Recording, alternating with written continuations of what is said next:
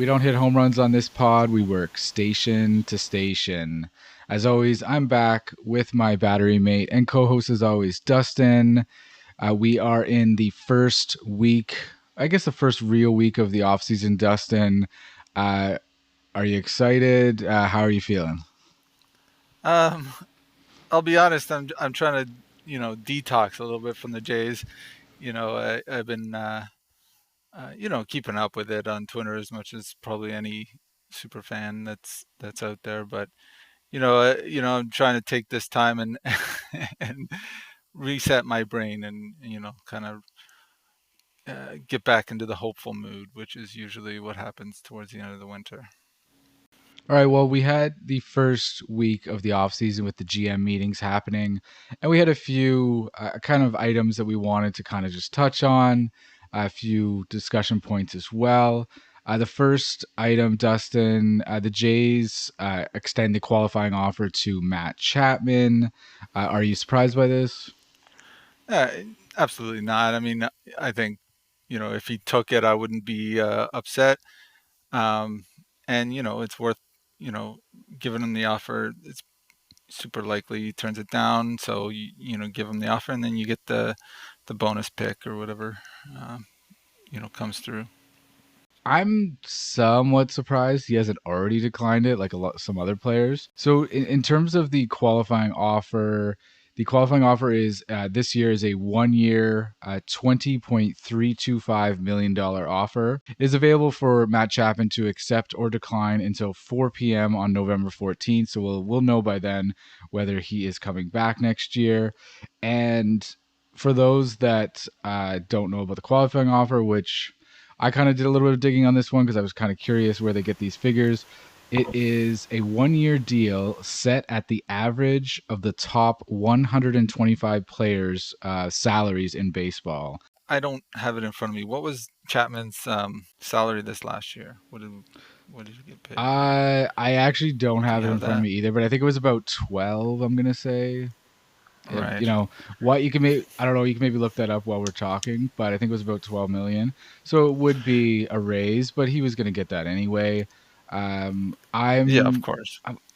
I'm kind of wondering if Matt Chapman is kind of pondering, do I, maybe wait a year and maybe try to have a better year next year and then parlay that into a better deal.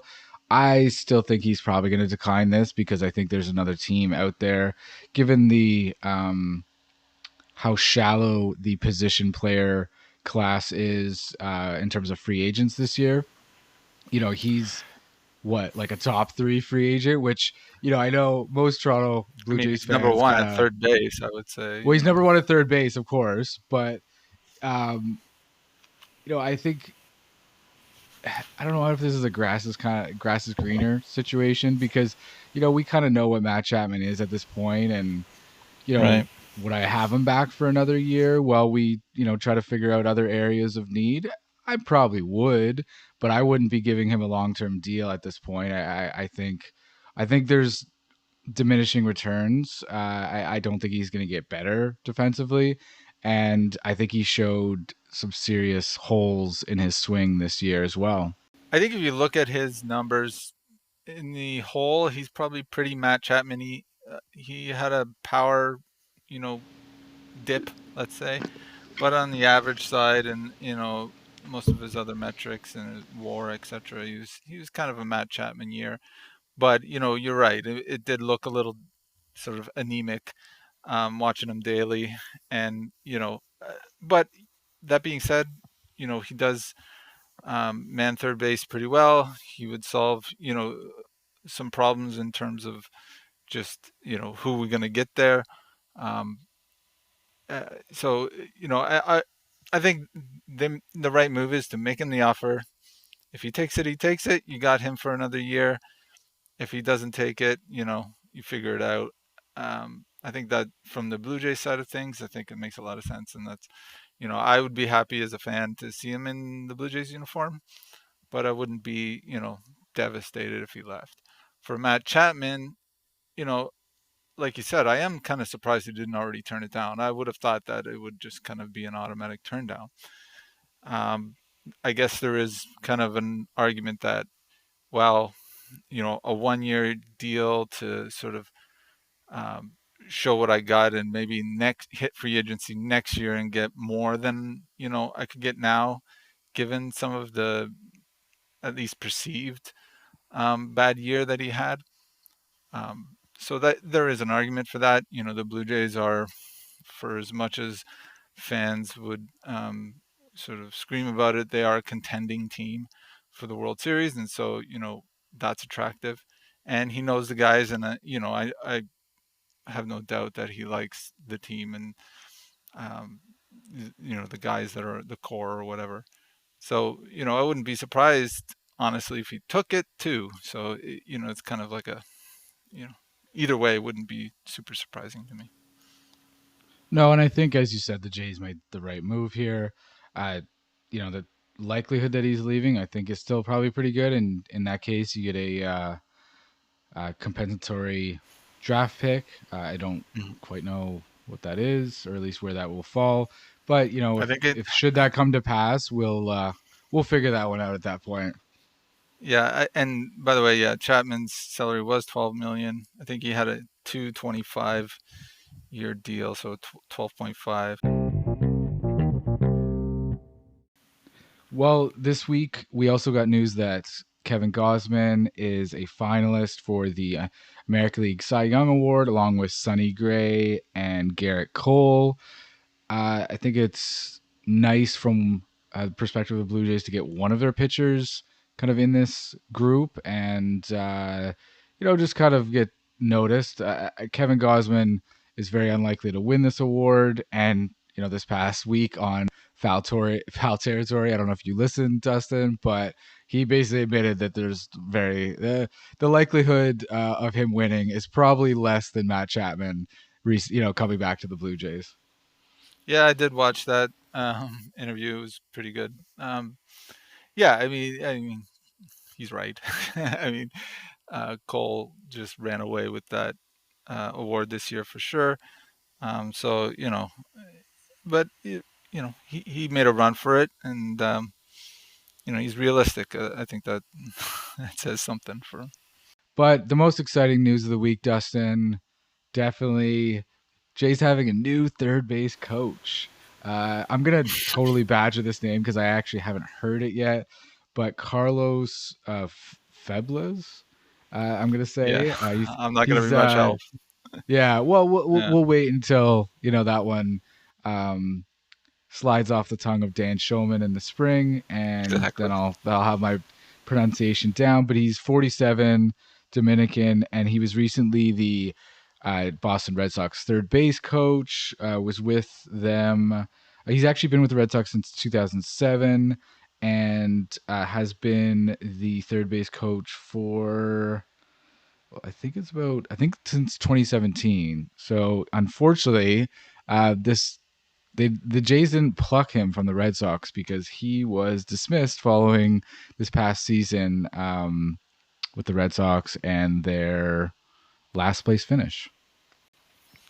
Yeah, I mean, I don't know honestly what a third base coach does sort of off the field. And I mean, I guess they're pretty important in terms of being able to send guys or whatever on the field. I know he was their third base. There was a kind of a funny play. I forget the player who it was.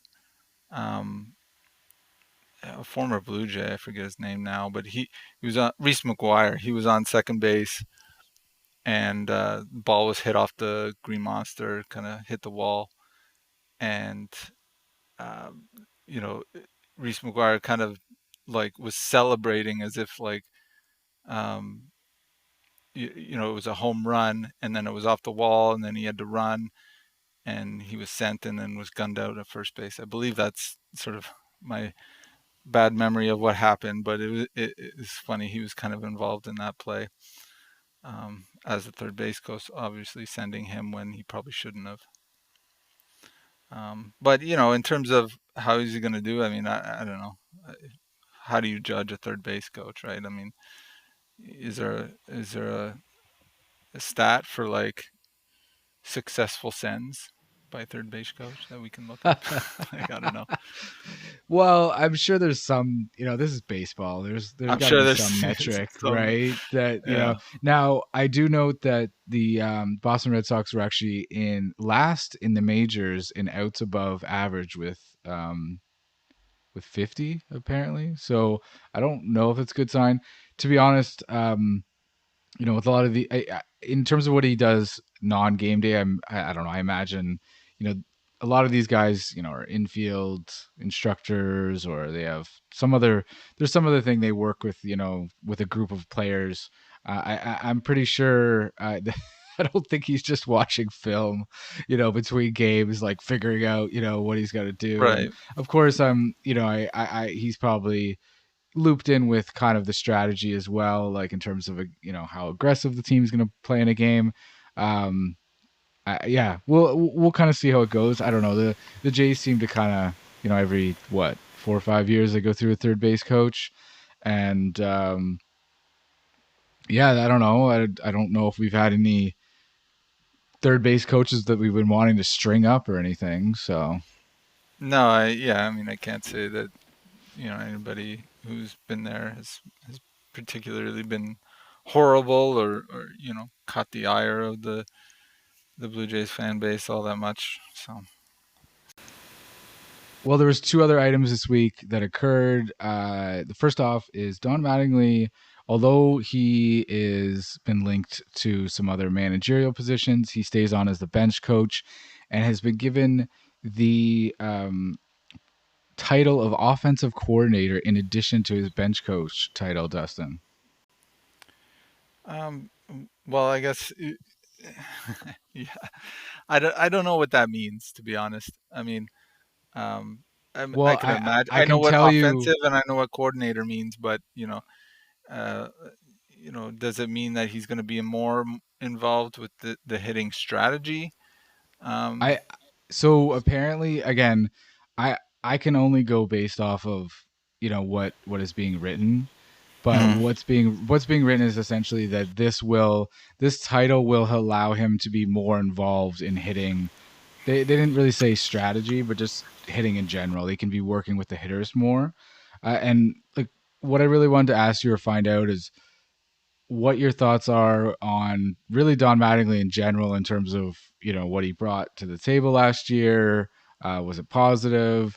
And kind of what you think about him being involved with the hitters a bit more in 2024. I mean, I think it's positive in terms of, I gotta believe Don Mattingly has a wealth of baseball knowledge. Not only has been a coach and manager and been just in baseball for a long time. So I think I kind of feel the same way about him that I did at the start of 2023. I don't think there was anything major within, the year that we had that I would kind of blame on him. Um, Other than, just generally he's part of the coaching staff, and for whatever that, whatever they were to blame for the let's say failure of last year, he sort of owns a part of that, but I don't think he's any in any way especially at fault. That being said, it's it's hard to evaluate coaches, and it's hard to see, what does the team think about him, and how has that sort of maybe changed over the course of the year. Maybe there's kind of, who knows, some sort of difference of opinion between so many coaches. I think that was kind of, to me, part of what, from the outside, it looked like, especially with someone like Vlad. We talked about it a little bit in terms of like too many cooks, too many people giving him advice. Maybe there's just too much information, too much, um, you know, differing information out there. And so maybe making him sort of the bench coach and the hitting coordinator kind of focuses those, let's say, two roles, or not hitting coordinator, but whatever, offensive coordinator. It focuses those two roles into one person, so there's more of a singular voice.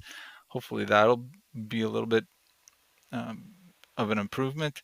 I mean, I guess it's overall about the strategy of hitting that to me is where the team was lacking this year. It just felt like, and I'm not, certainly not the only one to say this, but it just seemed like there was just not a good plan up there for most guys, and they're swinging at bad pitches and just not making good contact. So, can Dodd magically fix that? Maybe. I guess we'll see. But I don't have a big problem with it necessarily. Well, and the only reason I bring it up is that it seems like Don Mattingly was a bit of a like there's certainly bigger lightning rods, but Hmm. there were people, I think he made, some comments about, oh, we're not a home run hitting team, and we know we need to be able to, go the other way, and I'm kind of paraphrasing there, but definitely some people were, upset, and I just in if you just go to comment sections, some of the other kind of YouTube, I guess Jay's channels and whatnot, were not very happy about this. I have to question, now that he's being kind of given this title, I have to question how involved he was in the hitting at all, right? And I'm sure it's Don Mattingly, so I'm sure Yeah. people I are mean, are referencing him, right? But like he also was that was also his first year with the organization too, right? And so, I think Don Mattingly has a bit of a wherewithal about him to know, you know, maybe to stay in his lane a bit, and right. right, and I You don't don't know, want to step the on, people, the other guy's job. You don't want to kind of step on his toes or butt in. Like, I'm sure he's because there because Mattingly if has been a hitting coach before, right? Like he has done right. that job. So I think I don't know. I just don't like people were. What is Don Mattingly doing and this and that? Like I don't know. I Don Mattingly stands next to John Schneider. They talk about pitching changes, right, and moves, in the batting order, and the manager makes the decision. Like I don't know. I don't know. I don't know how much Mattingly had an effect on anything last year. Now, saying that, I think we're probably going to see this year. Now, of course, it's all of this is affected by the actual players who put on the uniform and are in that batting lineup. But I don't know. I'm this is one where I don't have a problem with Don Mattingly coming back. Like he's long term baseball guy, brings lots of experience, has he's been a manager, he's been a hitting coach, he's been a bench coach. Like he's kind of of course he was a star player, so he's kind of been and done everything. And I think having him around, I don't know, can't hurt, but I also don't, there's nothing that I've heard that's really been negative about him other than fans' opinions of him, which is, I'm not sure really what that's based on other than, that final record and of course exit from the playoffs. Yeah, I'm sure Don Mattingly is there. If Bo Bichette goes up to him and says, "Hey, I'm just not seeing the ball well. What do you think? What do you think?" Blah blah blah. I'm sure he's gonna give his advice. But yeah, it feels like he's the kind of guy that would be kind of let the hitting coach do his job. I'll do my job. Plus, there's probably a lot of work that they do that you can't do everything, right? You can't be the hitting coach and the pitching coach, and you know. So I think you're right. I think there's a lot of um overestimation in terms of on from the fan base that these guys have a outsized effect on the hitting. I really don't think that it's that way, and I don't think firing Guillermo Martinez and bringing in a different hitting coach is necessarily going to change a whole lot. And the same goes for Don Mattingly. I don't think that you know putting him into the offensive coordinator is going to necessarily be the solution. But I think it may, like I said, it may kind of streamline the organizational approach and hopefully, put everybody on the same plane. I think that if I had to say, like, there's one thing that this team needs to do is like be better at that, at streamlining the organizational approach and everybody getting on the same page. Because just from the chatter I hear and just from what it seems like, from the outside, is that that wasn't done this year. There was a lot of maybe, um, you know, differing opinions about what to do. Well, the other, I guess, component of this is Dave Hudgens. He was the hitting strategist in the, I guess, the hitting department. He has been Yeah, reassigned to the Florida Complex League. I'm sure he's doing, I guess, he's doing hitting instruction, and as that is the essentially the fired about. entry level.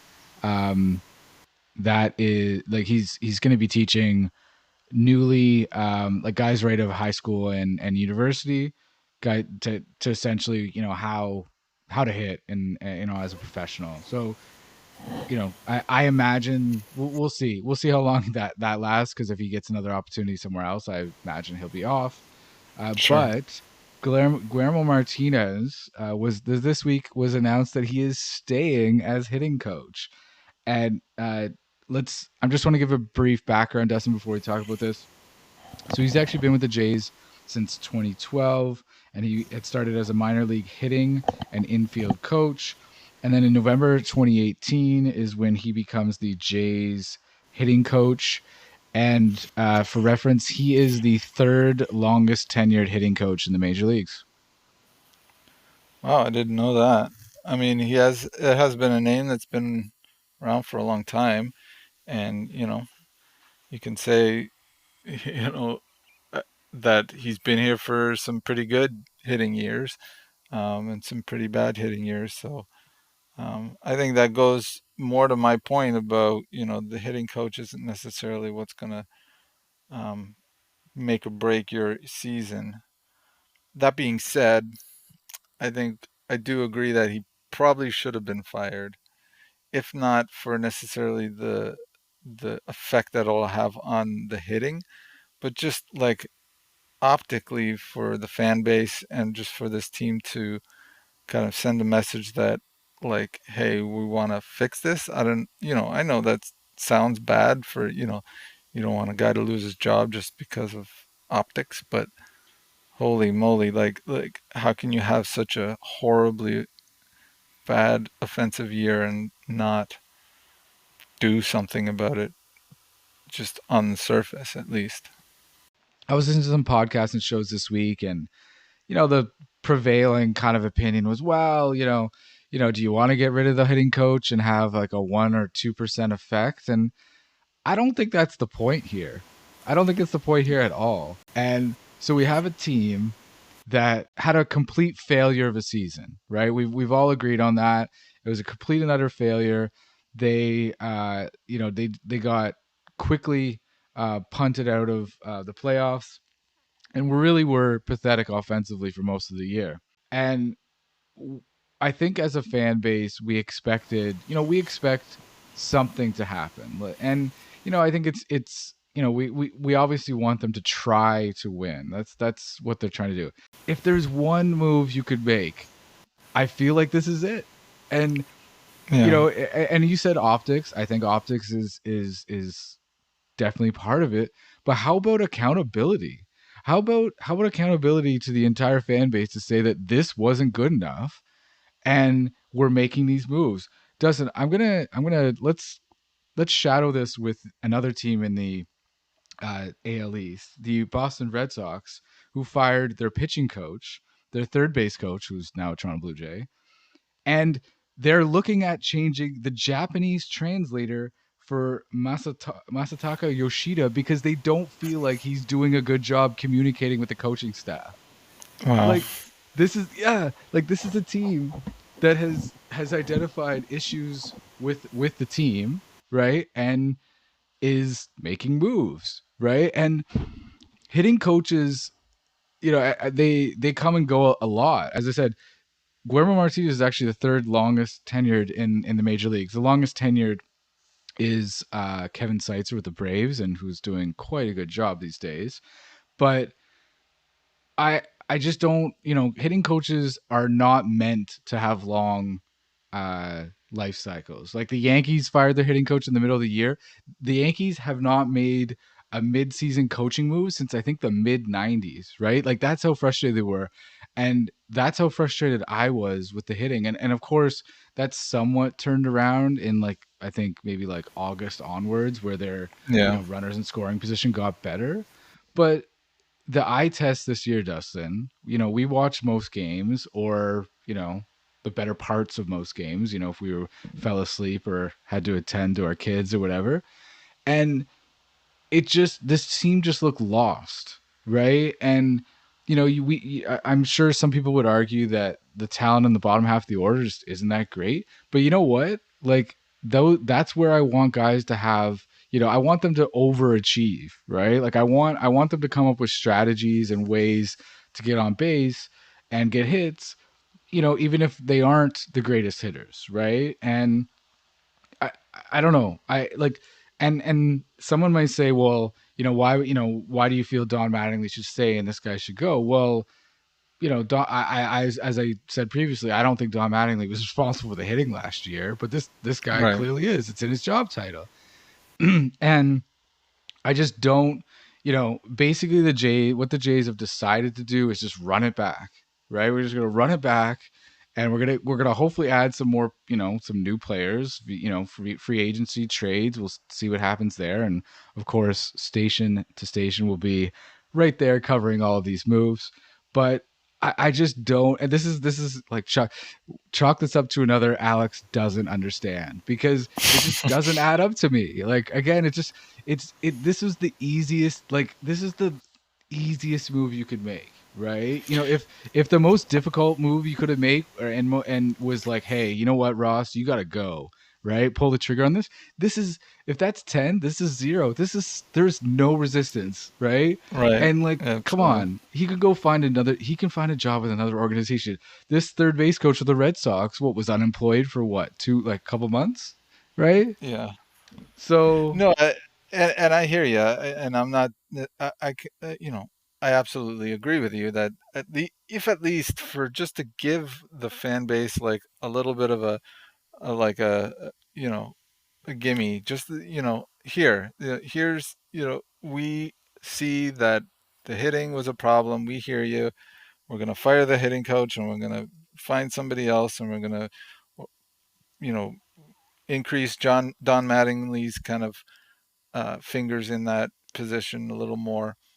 It feels like a little bit like this move is kind of like you said, running it back, but also like putting Mattingly in the offensive coordinator is gonna is almost like undermining Guillermo.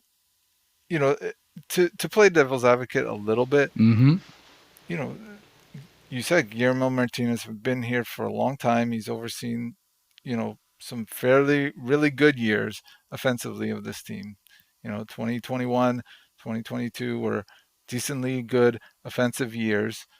Um, you could talk about all the players that were there that aren't here now, etc. But um, did Guillermo Martinez suddenly kind of lose the ability to be a hitting coach? No, of course not. Uh, But again, just to reiterate, uh, you know, for me, it's like the optics. It's just like giving the fans a bone of like, okay, we hear you. This is what we're going to do. We're changing the hitting coach. We're going to get Mattingly involved. We're going to bring this guy here. He's a good hitting coach, or we're going to bring up the guy from um, Buffalo, which is what I thought was going to happen. Was fire Guillermo Martinez. I think his name is Higgins or Hicks or something like that. Higgins. He's the hitting coach in Buffalo. You bring him up. Hey, these Buffalo guys, they were good. This hitting coach, he's up and coming. Blah blah blah. You hype him up. You give Mattingly a little bit more sort of say in the offensive strategy side of things, and there you go. That's how we're going to fix this. But like you said, running it back. I mean, what you just said there, and there's even more sort of talk on Blue Jays sort of uh, community about just how this is just like, what are we doing here? right? So I think you would have avoided that if you just had done this one small move. Well, and that's there are a lot of other moves that we could talk about, should have been made or what have you, but it just like the issue last year was the offense. Let's bring someone, you know what? How about this? Why don't you give Don Mattingly the hitting coach job, right? Well, Hmm. what a novel, he's been it before, right? And now the hitting coach is this position, I think, in terms of what they have to do is kind of changed a little bit in terms of there's definitely they're also given a lot of numbers and analytics and things, and they're kind of have to sort through that, filter it, and figure out what if this makes sense and what do I got to communicate to my players. Now he also has staff too that probably go over that as well, but I don't know. We'll see if this running it back plan is going to work. In my experience, the running it back plan is basically like if you were close to winning, you're really close. I just nothing about this last year, seems like to me. I don't think running it back is a good plan, but this is kind of the organizational thing, right? Is they're just going to keep with continuity, right? Continuity, and you know I think continuity. If they don't, if things don't happen this year, continuity is going to turn into mediocrity real quick. But um, yeah, I don't know.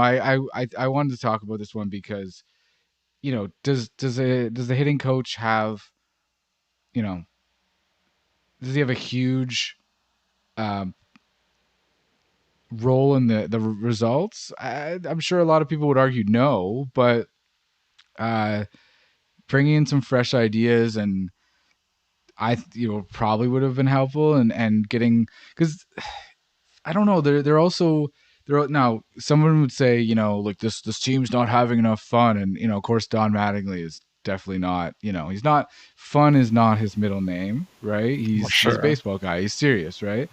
But I don't know, like it just changing things up where you have a guy who has hit at the highest level, like, and I've been kind of listening to some of the former players, and it seems like a lot of these new hitting coaches are not really former major leaguers. Like they're kind of guys that have come through systems and understand analytics, and then they can kind of communicate.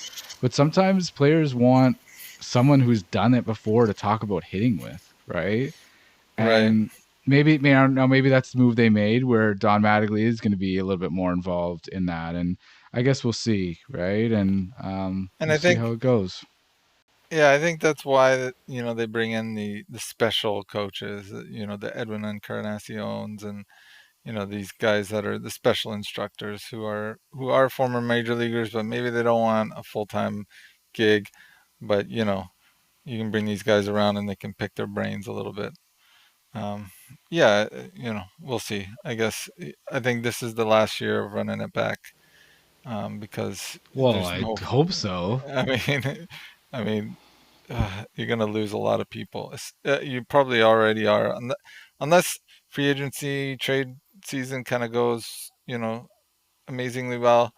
I mean, we have some, mutual friends who are kind of, fringe baseball Blue Jays fans who, seeing just the way that they talk about, Chris or Kevin, the way that they think about things, it's obvious that you're losing those people. Like I'm gonna be a Blue Jays fan. I'm gonna like I watched Blue Jays through like the '90s. So like you're not gonna lose me, but you're gonna lose a lot of those kind of people that are we're excited about 15, 16. The people that you got on board to with the playoffs that we've been going through for the last 8 or so years. And if you just start going out round one after round one after round one, and you're just not advancing, not giving any excitement, not having any like home games, I mean, like holy moly, you're gonna just yeah, it's gonna set in, and people are gonna people are going to come out. You know, Toronto's a fairly good sort of attendance if you're doing well, but yeah, you're just not going to get that excitement that you know you need to maintain a winner.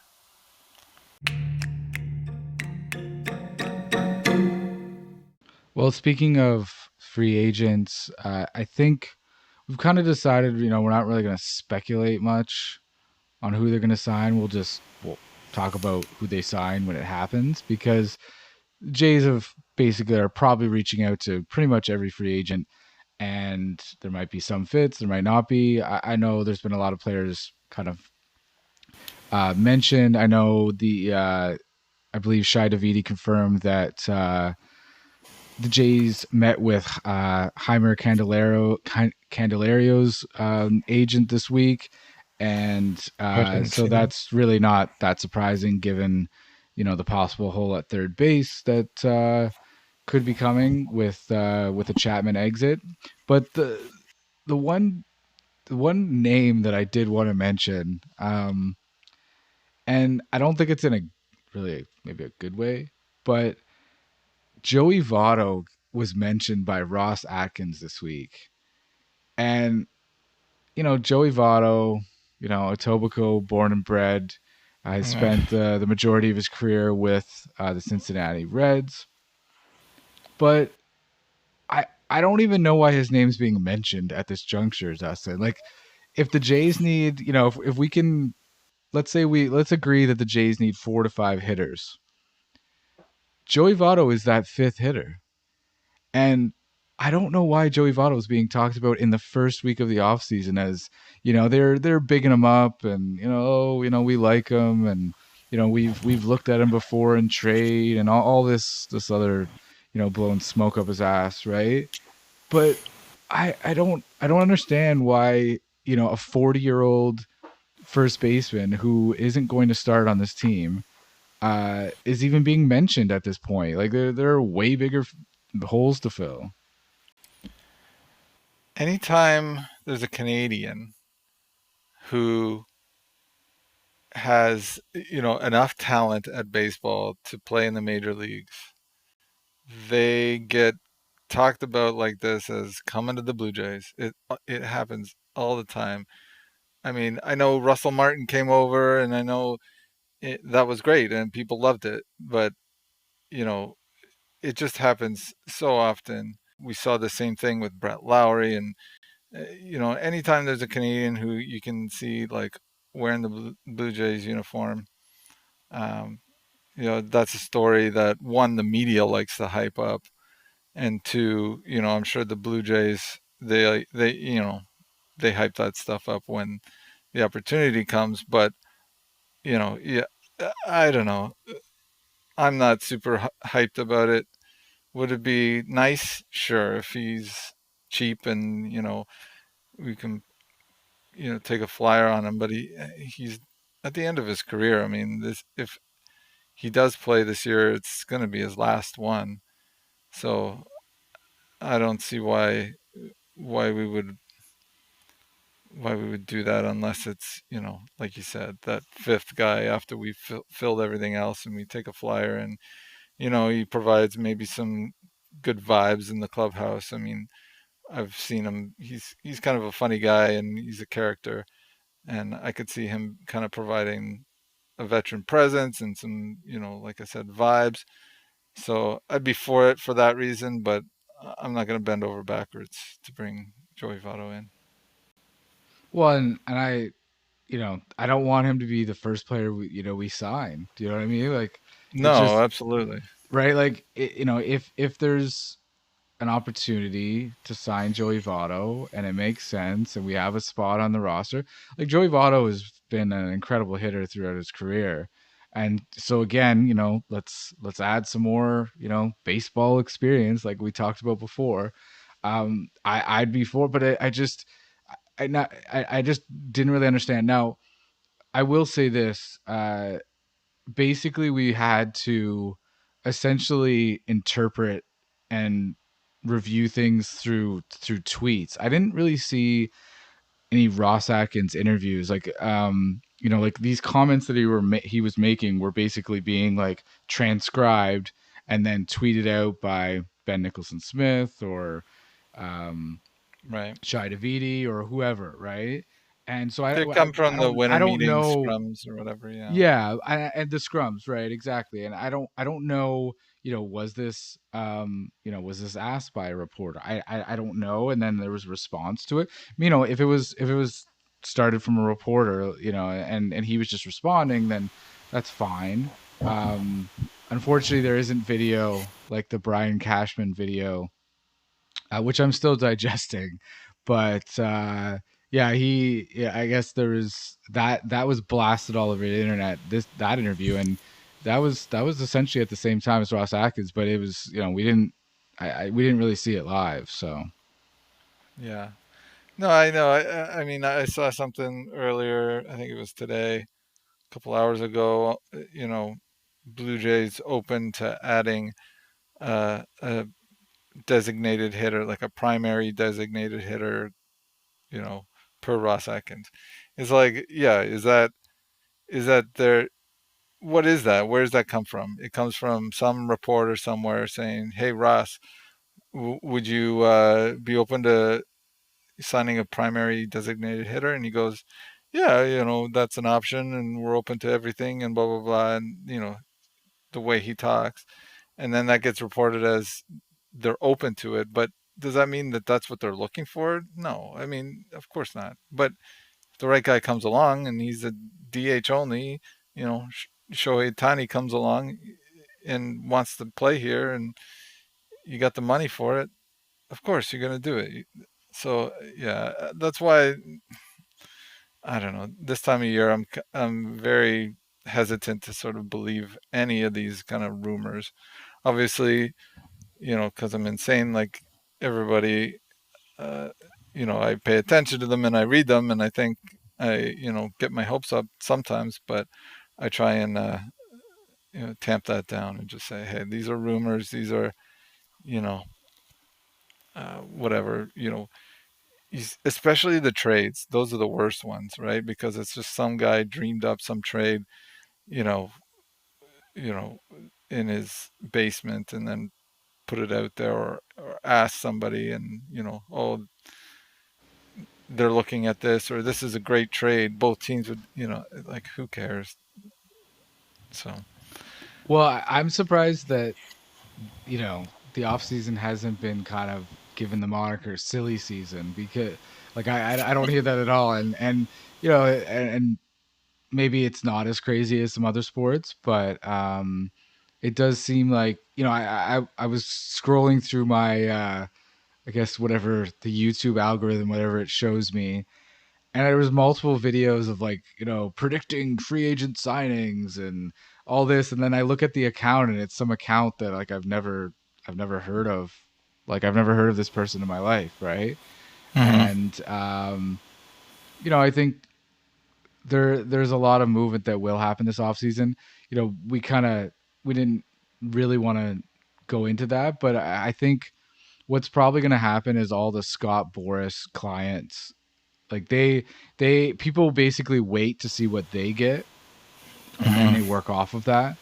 I was listening to someone this week who basically said, like, if a player, like a non-Boris player, signs like a, you know, maybe like a, if maybe there's a similar profile player out there, and a non-Boris player signs before, the Boris player will end up getting more, and that player will not be happy, right? Because it's like, Sure. wow, you know, I left all this on the table. So what tends to happen is the Scott Boras players kind of set the market, and then it goes from there. Scott Boras was actually in um he was actually in Scottsdale as well. And I don't, Dustin, I don't know if you know about this, but he has, like, I think like a once a year has like a press conference or something, and he, like, it's not like an official press conference. He just like walks into the lobby of the hotel that these meetings are going on, and everyone just, like, you know, of Right. course, like, runs up to him, and he just starts spitting out quotes and whatnot. And yeah, I've kind of heard some ridiculous things come out of his mouth this week. Apparently, Jordan Montgomery is the next Andy Pettit. Um, oh, Sure. what's his Yeah. name? What's his name? The San Diego. Oh, Blake Snell. Blake Snell is Randy Johnson, and it was like all this just. And he even had some like kind of puns mixed in there too. I think it was like anyway. He's almost You know, a caricature of himself now from that yeah, perspective, right? Yeah, he's but known for hyping his guys up. But he well, does he have, knows how to some of the do it. best players, in the league on his roster for sure. But yeah, I mean, take it for what it is. Take it with a grain of salt, and you'll be okay. One rumor that I did, not rumor, but one kind of thing that came out of some of those conversations with Atkins, or at least questions, was that he seemed to sort of endorse Manoa quite strongly. Um, at least from what I saw, basically saying that he's our fifth guy. That's our intention, and um, Well, he we has a kind of leg. They speculate. said he said he has a leg up to being the fifth Right. starter. So like he's like kind of walking a bit of a line there. But yeah, he So definitely. I would agree. You backed him. yeah, yeah, he backed him a little bit. I think that's I mean that's what you're gonna do. One, you don't want to undermine Manoa's kind of efforts to try and get back, and you want to make sure you kind of support him if he is trying to come back. But you also don't want to you don't want to give away your whole trade value, by saying, we'll see, he's not good, and blah blah blah. So if you are looking to trade him or whatever, you're gonna say, yeah, we're gonna start him. Probably you know, he's got the job, So we'll see how that comes. But I thought that was a little interesting. Well, I think Atkins is walking a bit of a line, as I kind of touched on there, because you know there's no guarantee that he's going to be back to his normal, well, normal, like back to his 2022 self. And I think the Jays will be planning, for like a backup plan. But I definitely think they want Manoa to be that fifth starter because if he's in the rotation and he's pitching well, like you know what I mean, like time heals all wounds, right? Sure.